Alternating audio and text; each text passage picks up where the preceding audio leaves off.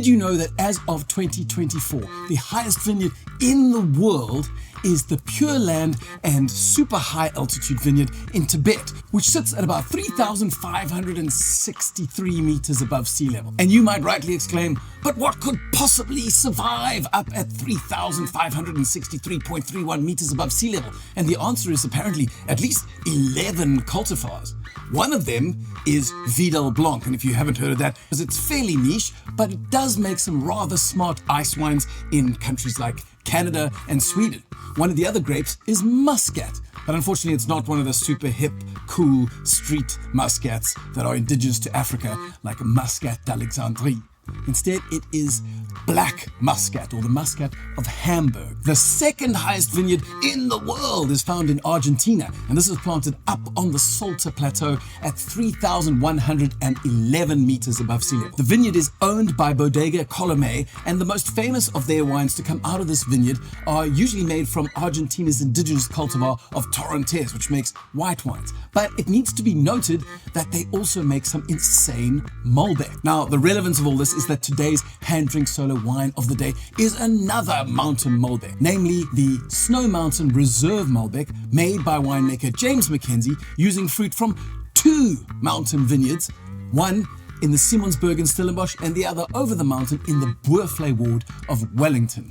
Now, if you're enjoying this video or perhaps just want to stay up to speed with global wine trivia, then subscribe to the Hand Drink Solo YouTube channel, where there are at least 300 of these sorts of videos, and also give us a like because it helps more people to benefit from our content. Snow Mountain Wines is the brainchild of winemaker James Mackenzie, who, if I haven't said it before, is a supremely nerdy winemaker, our favorite sort of winemaker, really. He also happens to be the former owner of Naby Gelegen in Wellington. The name Snow Mountain was originally inspired by the fact that from the front lawns of Naby Gelegen, you could in fact see actual snow-capped peaks. Now, James has since sold Naby Gelegen, but what he didn't manage to get rid of was his penchant for mountain vineyards, which is why he goes around the country sourcing fruit from various high-altitude vineyards for the Snow Mountain range, and that includes today's Reserve Malbec.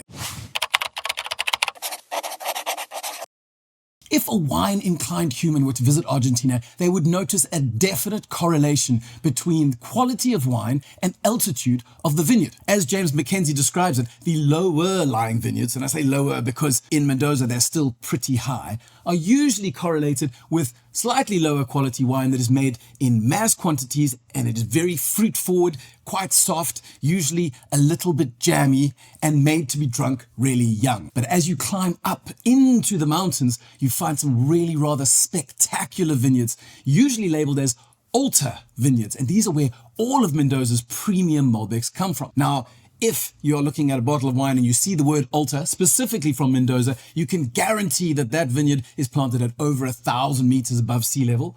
Although, used in a context like Chilean wine, that same word Alta doesn't necessarily have the same meaning, as there's no industry standard or set of attributes that are implied by the term. But all this is simply to say that when James was hunting for his vineyards for this Malbec, he had this hierarchy in mind, which is why he was determined to find vineyards that, at least by South African standards, qualified as high altitude.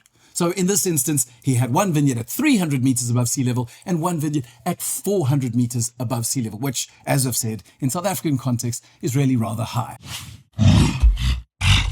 Now, when we get into the glass and give this a sniff, we get a really warm, rich, welcoming nose. I mean, there's loads of fruit on the vanguard. There's ripe mulberries, and then there's blackberries and plums, and there's even blueberries. But there's other elements as well. There's a touch of milk chocolate, and possibly even some licorice spice, and definitely a touch of pepper, because we know Malbec does have elevated rotundone levels. Now, when we give this wine a sip, well, it may not have been grown at 1,000 meters above sea level, but we definitely get the point that James was trying to make with the style of the wine, because the palate actually has some really impressive tannic structure. But these tannins aren't raw or brash. In fact, they're really delightfully velvety, and I'll tell you why in a second. When it comes to the fruit that we smelt on the nose, it's all there on the palate. Rich, ripe, quite concentrated, and beautifully framed by the tannins that we mentioned at the beginning. Then, if I was hesitant to mention licorice on the nose, well, it's there in spades on the palate. And as it moves towards the finish,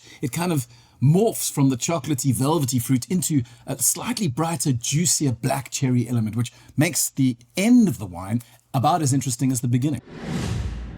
I said earlier that I would explain the lovely velvety texture to the palate of this Reserve Malbec. And what I need to do is to start out by saying that there is this entire exploding industry of wine science that revolves around non-Saccharomyces yeasts. So we know that Saccharomyces cerevisiae is the most common wine yeast. It's used in beer as well. It's used all over the world, and 99% of all wines are fermented using this yeast. But then there are some supremely exciting other yeasts that in the past have been seen as spoilage yeasts, and people want to get rid of them. And I've talked before about how an estate like Claim Constantia, which is hugely progressive, uses a yeast strain called Pulcherima, and they add that into their must, and this yeast sets to work filling up the space in the must to make sure that other unwanted microbes can't get in. So it acts as a microbial protection and means you don't have to add sulfur. So this Pulcherima replaces the use of sulfur, which is wild, but it's nowhere near as cool as what James Mackenzie is doing in this Reserve Malbec.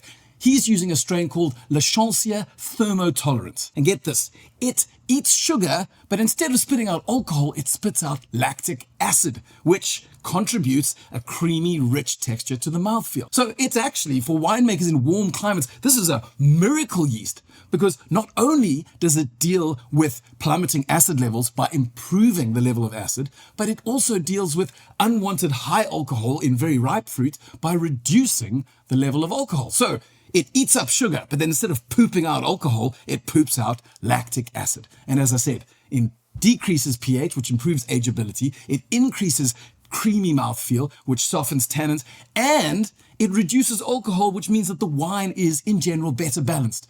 All of this is achieved without doing any spinning cone technology or having to add powdered tannins or having to remove tannins through various enzymes. It really is a remarkably elegant solution created entirely by a naturally occurring little microorganism. Okay, so that's all we have time for today, but I have left 2 links to videos that deal with some of South Africa's other higher altitude vineyards, and we also talk a little bit about why high altitude is even a thing. So if you are wanting to dive deeper into that, these 2 videos will definitely scratch that itch.